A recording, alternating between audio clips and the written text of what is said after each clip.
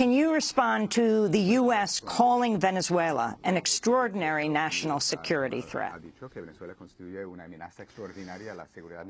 Es un sinsentido. No tiene el más mínimo sentido pensar que Venezuela es una amenaza para los Estados Unidos. No sense whatsoever to think that Venezuela constitutes a threat to the United States. If there's a country that is a threat in the Americas, it's the United States. Porque ha invadido permanentemente gobiernos y sociedades en el Ecuador. Permanently invaded countries, societies in Latin America. It has created coup d'etats. It has invaded countries such as Grenada, the Dominican Republic, Panama, and it has Venezuela no tiene la más mínima posibilidad material doesn't have the minimal material possibility to constitute a threat to the United States, nor does it wish to be in that position. We have no desire or possibility to be a threat to the United States. What we want is to live in peace and to ask the government of the United States to let Latin America live in peace and democracy as is happening at this time. And can you tell us a little more about the offer of your government to mediate between the United States and Venezuela? ¿Nos puede hablar un poco de la oferta de su gobierno de negociar entre los Estados Unidos en este conflicto entre Estados Unidos y Venezuela? Realmente es un pedido que ha hecho el gobierno de Venezuela. Really a request that the government of Venezuela has made that Ecuador, insofar as it is now President pro tem of CELAC, which is the Community of Latin American States, to coordinate with other forums in Latin America to give impetus to a dialogue with the United States.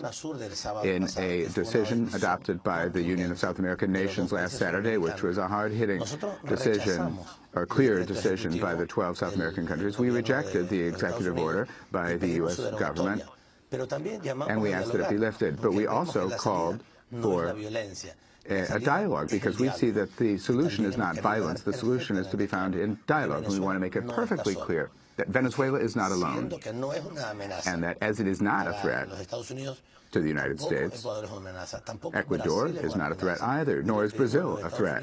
And we ask the United States to respect the self-determination and sovereignty of the South American and Latin American peoples. At a recent State Department briefing, the State Department spokesperson, Jen Psaki, surprised many by claiming, quote, as a matter of long-standing policy, the United States does not support political transitions by non-constitutional means.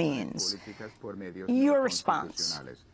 Es solamente cuestión de revisar brevemente la historia. It's just a question of briefly reviewing the history of what the United States foreign policy has been. ¿Qué pasó con Irak? What happened with Iraq? ¿Qué ha pasado con Afganistán? What has happened with Afghanistan? In the case of Iraq,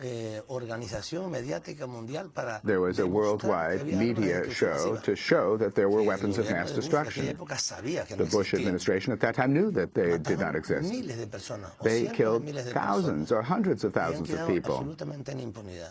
And it's all been left in absolute impunity.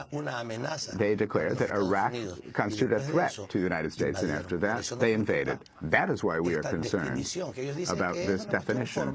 Now, they say it's just a formality, but it's very serious for a country and for its president to say that another country constitutes a threat. It's very serious, because then one has to see what the consequences of such a declaration will be. Plus, when they say that they don't promote coup d'etats and violent actions against our countries, well, all of the history of the 20th century shows just the opposite.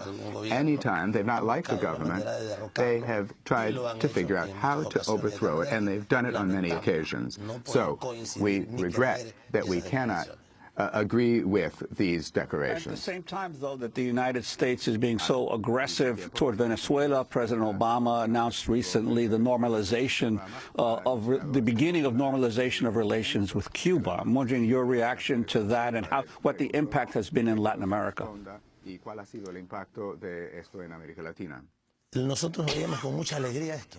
We looked on this with great happiness. We consider this to be a triumph of the struggle and dignity of the people and government of Cuba after putting up for more than 50 years with a totally illegal embargo that has had a negative impact on the lives of Cubans for so long. We saw this as a new vision of the United States, a more respectful relationship with the region. But unfortunately, this happiness just lasted a few weeks because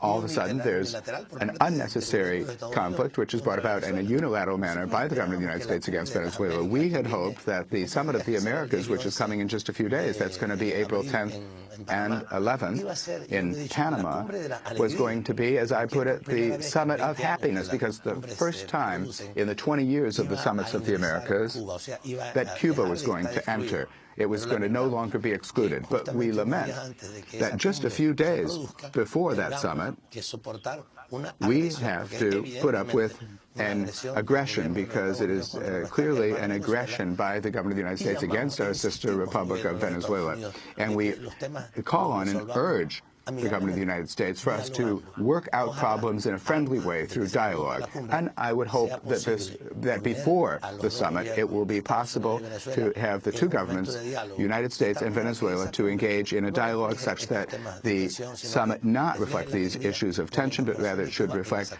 the happiness because Cuba has now been brought into the summit. What role play, do you think, when it comes to Venezuela, the way the U.S. deals with Venezuela?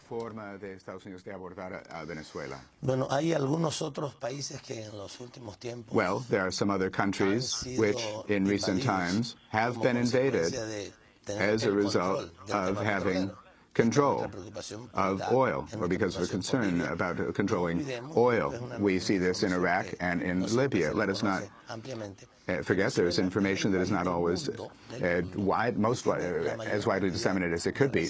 Venezuela has the largest quantity of proven reserves, oil reserves, anywhere worldwide. So unfortunately, this may be a reason for seeking to control that oil production and those oil reserves on the part of certain interests in the United States.